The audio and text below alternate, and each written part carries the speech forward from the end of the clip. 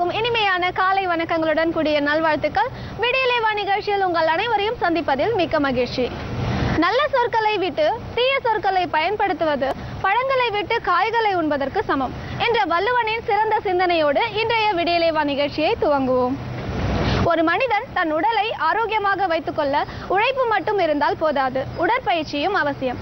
அந்த வகையில் உடற்பயிற்சிக்கு யோகாசனமே சிறந்த வழி என்கிறார் ஆசன ஆண்டியப்பன் அவர்கள். இனி விடியலேவா நிகழ்ச்சியில் முதல் பகுதியாக வருகிறது நலமுடன் வாழ.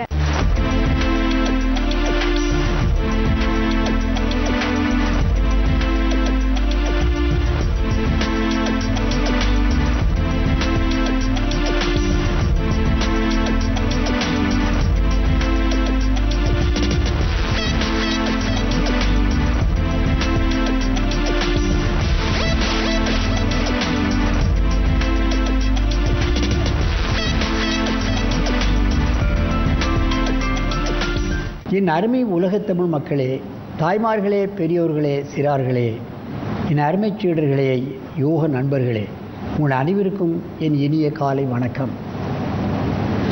கலைஞர் தொலைக்காட்சி நிகழ்ச்சியில் நலமுடன் வாழ என்னும் பிரிவில் யோகாசனத்திற்கு மிக மிக முக்கியத்துவம் கொடுக்கப்பட்டிருக்கிறது. அதிகாலையிலேயே இந்த நிகழ்ச்சியை நீங்கள் காணலாம், அதை பார்த்தும் பழகலாம்.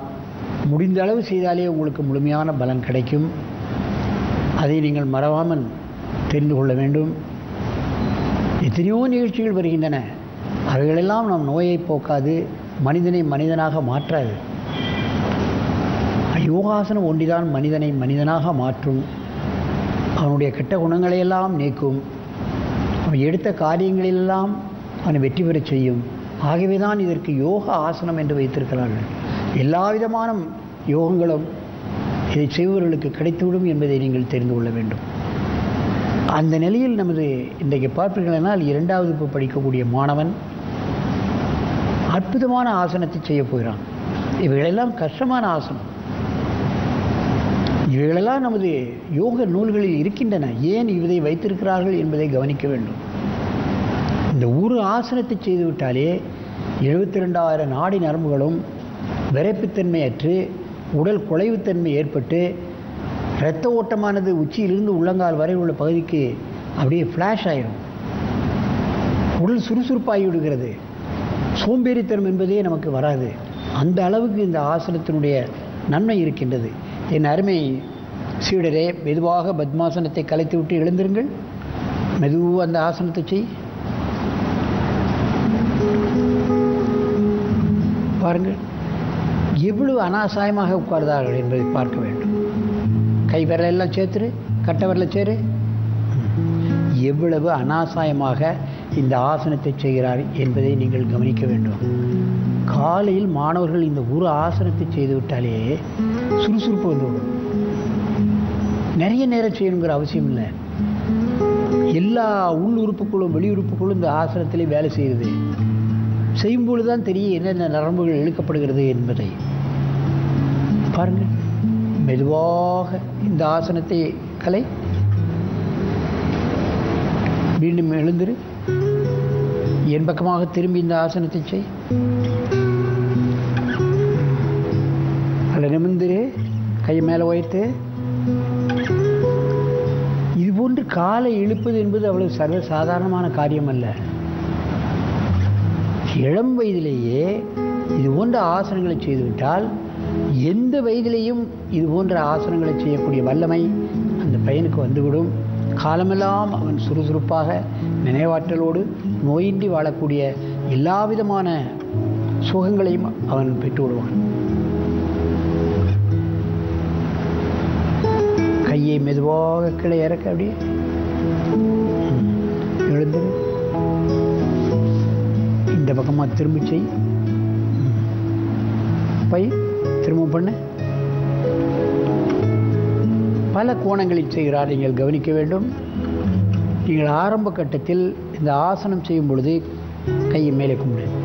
ஜன்னலை பிடித்து கொண்டு கால்களை அகலமாக வீட்டிலே பழகலாம்.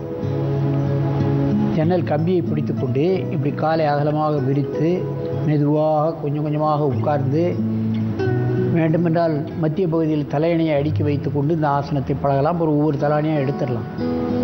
அல்லது மேலே விட்டம் இருக்குமானால் அது கயிறை கட்டி கொண்டு பிடித்து கொண்டு கூட இந்த ஆசனத்தை பழகலாம். ஆகவே இந்த ஆசனத்தை பழகுவதற்கு பல முறை இருக்கின்றது. சிறுவர் முதலே ஆரம்பித்து விட்டால் எந்த வயதிலும் செய்யக்கூடிய தன்மை வந்துவிடும். உடல் ஆரோக்கியம் பெற்றுவிடும். ஆரோக்கியம் நலம் என்பதுதானே மிக முக்கியம். மெதுவாக இந்த ஆசனத்தை கலை. மெதுவாக எழுந்து அங்கமாக திரும்ப, அப்படியே திரும்பி செய். பல கோணங்களில் இந்த மாணவன் செய்கிறான். இவைகளெல்லாம் அற்புதமான ஆசனங்கள், எளிமையாக செய்யக்கூடிய ஆசனங்கள் அல்ல.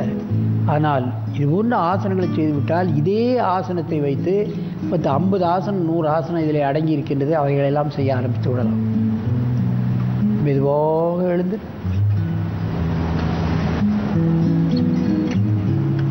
நேராக திரும்பி பத்மாசனத்தில் உட்கார்.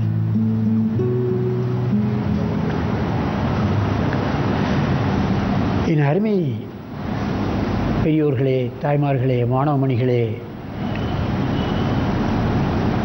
பல்லாயிரக்கணக்கான லட்சக்கணக்கான மக்கள் தொலைக்காட்சியில் இதை பார்க்கிறார்கள். நீங்கள் உங்கள் குழந்தைகளுக்கு இது போன்ற சின்ன ஆசனங்களை 2 வயது பையங்களுக்கெல்லாம் செய்ய சொன்னீங்கன்னா அவங்களாம் ஈஸியாக பண்ணிடுவாங்க. அப்போ பெரிய பிள்ளைகள் ஆக ஆக இந்த ஆசனத்தைலாம் அனாவசியமாக செய்யக்கூடிய இதை ஆசனத்தை தொடர்ந்து பல கஷ்டமான ஆசனங்கள் இருக்கிறது. அவைகளெல்லாம் எளிமையாக செய்ய ஆரம்பித்து விடுவார்கள். அதைத்தான் நாம் முக்கியமாக கவனிக்க வேண்டும். ஆகவே இது போன்ற ஆசனங்களை நீங்கள் எல்லோரும் சிறுவயது முதல் பழகி உடலும் உள்ளமும் ஆரோக்கியமாக வைத்துக்கொண்டு நெடிது இனிது வாழ வேண்டும் என்று கேட்டு உங்களிடமிருந்து விடைபெறுவது ஆசனம் ஆண்டியப்பன். வணக்கம்.